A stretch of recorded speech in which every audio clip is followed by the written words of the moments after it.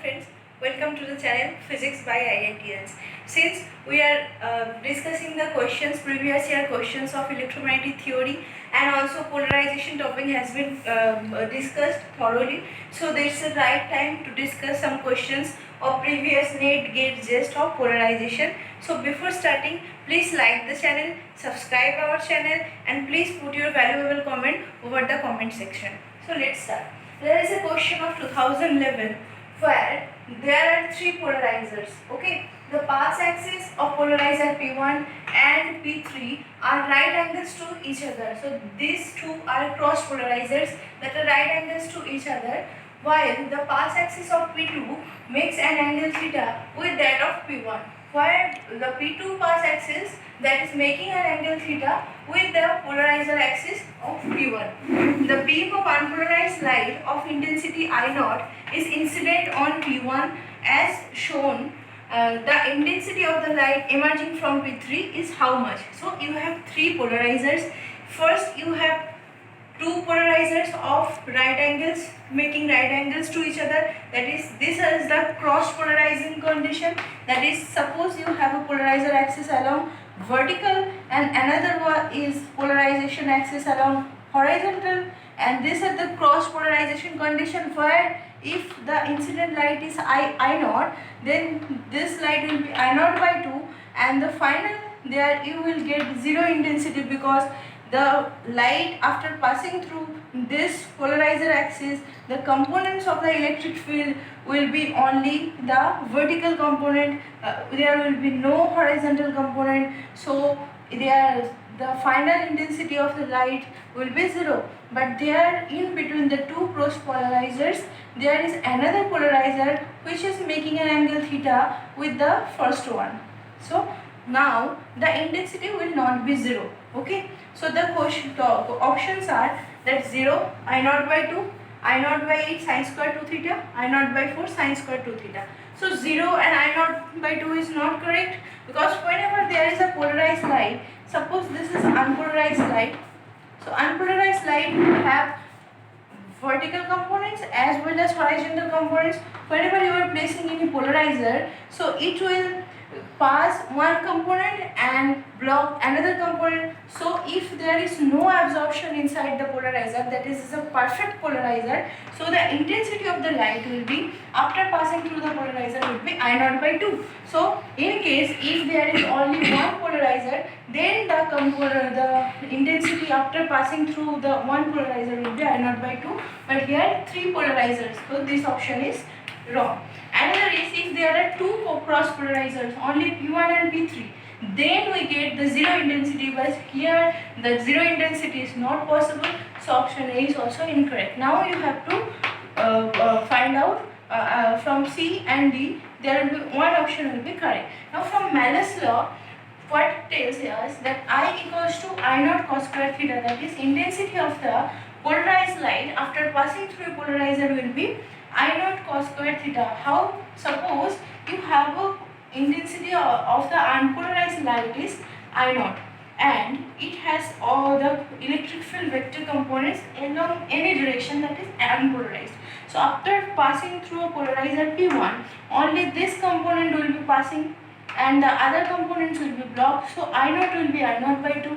Now suppose there is another polarizer which is making an angle theta with the polarizer axis of the P1. So this is, suppose this is the polarizer axis, that is I am telling you this is the P2, and the first one is that this electric field is making a vector theta, making an angle theta with this polarizer light. So this polarizer P2 will only can pass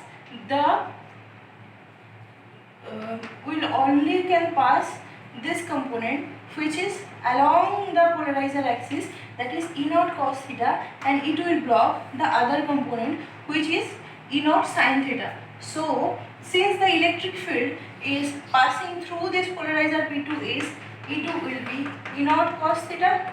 Now electric field and intensity, how they are related? From Poynting vector we also know that S equals to E cross B divided by mu naught.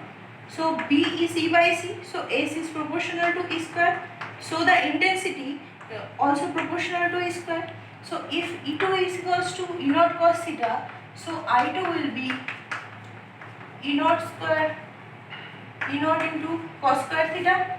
So this is, E naught square into cos square theta, and this will be that I naught into cos square theta. So this is Malus law, and which we have to apply here. So after P1, intensity will be I naught by 2. After P2, the intensity will be I2 equals to I1 into cos square theta. So I naught by 2 into cos square theta. And after P3, I3 equals to I2 into cos square 90 degree minus theta, because it is theta. Now light is already around this axis. Okay, light component after passing through this polarizer P2 is along this axis. Now the angle between the vertical and the horizontal axis is 90 degree. So light is already along theta.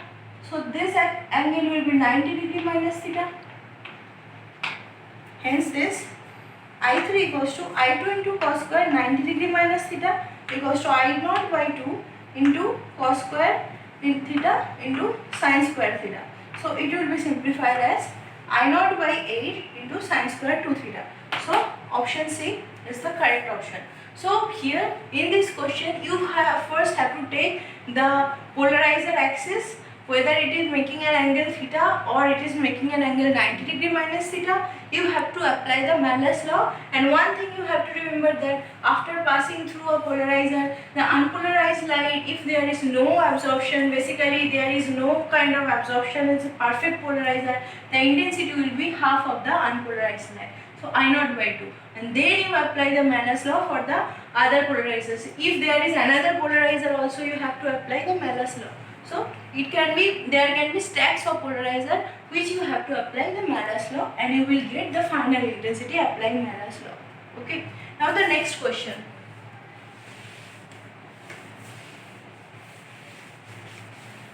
A beam of unpolarized light in a medium with dielectric constant epsilon 1 is reflected from a plane interface formed with another medium of dielectric constant epsilon 2, where epsilon 2 equals to 3 epsilon 1.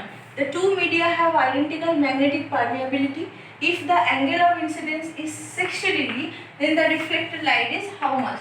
Now, when in this video where I have discussed that how do you get the polarized light, so please check that video where ways to get polarized light. Naturally, polarized light can be we can get from the phenomena of reflection, from the phenomena of scattering, from the phenomena of birefringence. Okay, so here the phenomena of reflection is occurred. Now for reflection case, if there is a certain angle theta b, that is Brewster angle, where the reflected light would be fully linearly polarized, and fully linearly polarized where the plane of polarization will be perpendicular to the plane of incidence.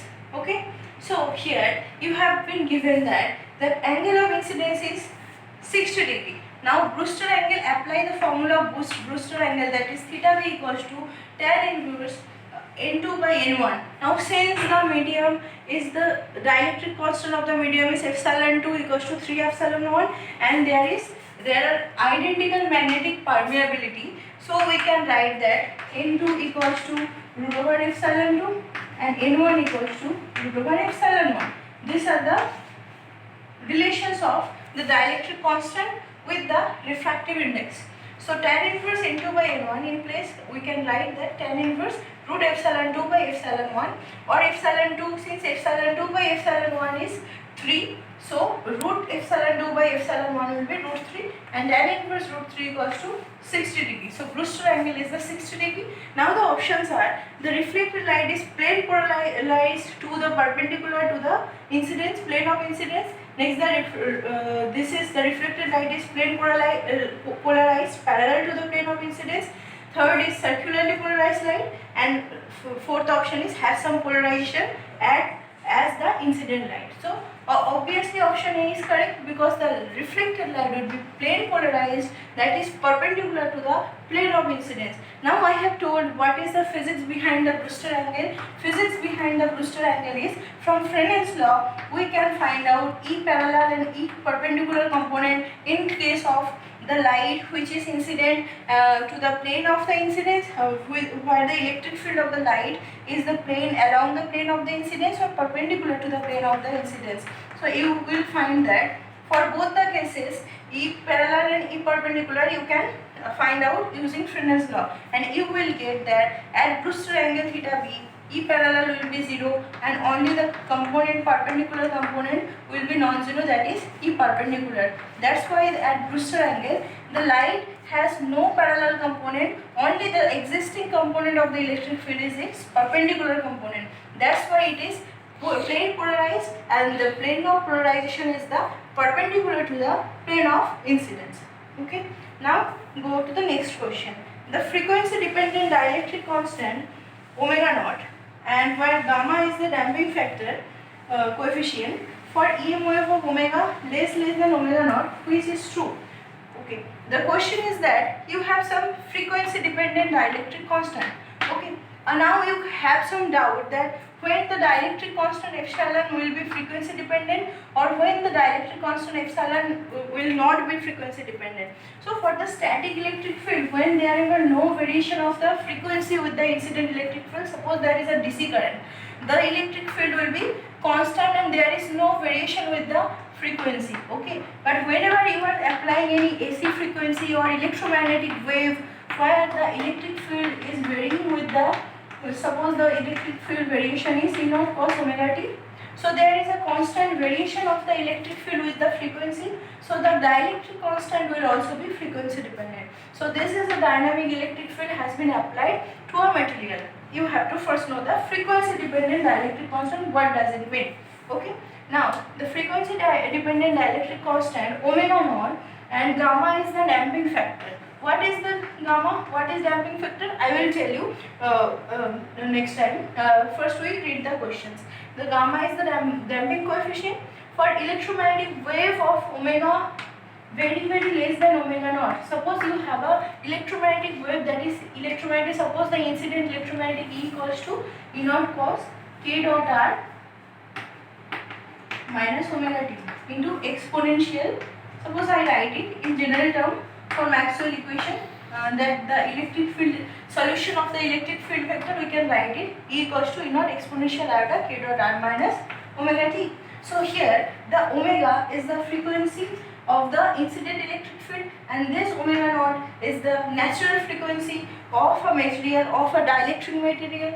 So which one is true? So this is the dielectric material where its frequency dependent dielectric constant and is omega naught, epsilon constant, omega naught, frequency dependent dielectric constant is omega naught, gamma is the damping coefficient. Now that they want to find that when gamma by omega naught is less than omega, then what happens?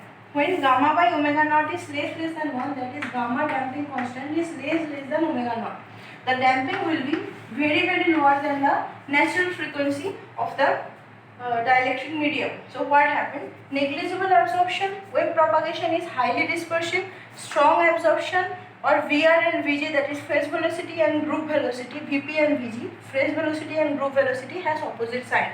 So in please go through the refractive index or dielectrics of the materials. I have made a video, what is the physics of dielectrics, where I have discussed that the dielectric is not a constant when this is incident, this is in case of dynamic electric field, there will be a real dielectric constant plus there will be a imaginary dielectric constant, the real part and the imaginary part, where the real part tells you the propagation and the imaginary part tells you the absorption or dissipation. So this will tell you the propagation, that is no loss, non-lossy medium, that is no absorption, and this is lossy thing, that is absorption or dissipation.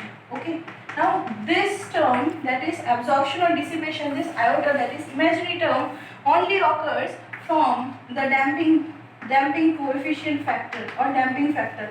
What is the causes of damping? Suppose there are the collisions inside the material, there are any other sources of damping. Whenever damping is greater, the value of the damping is much more, there will be much absorption and there will be very less propagation, that will be lossy dielectric. But here in this question, that gamma is less than omega naught, that is damping is much lower, so there will be absorption or dissipation will be minimum and propagation will be maximum. So the first option, that is negligible absorption, that is the correct option, because wave propagation is highly dispersive. This is not true. Dispersion means it will also come from the imaginary part. And strong absorption, this is also not true.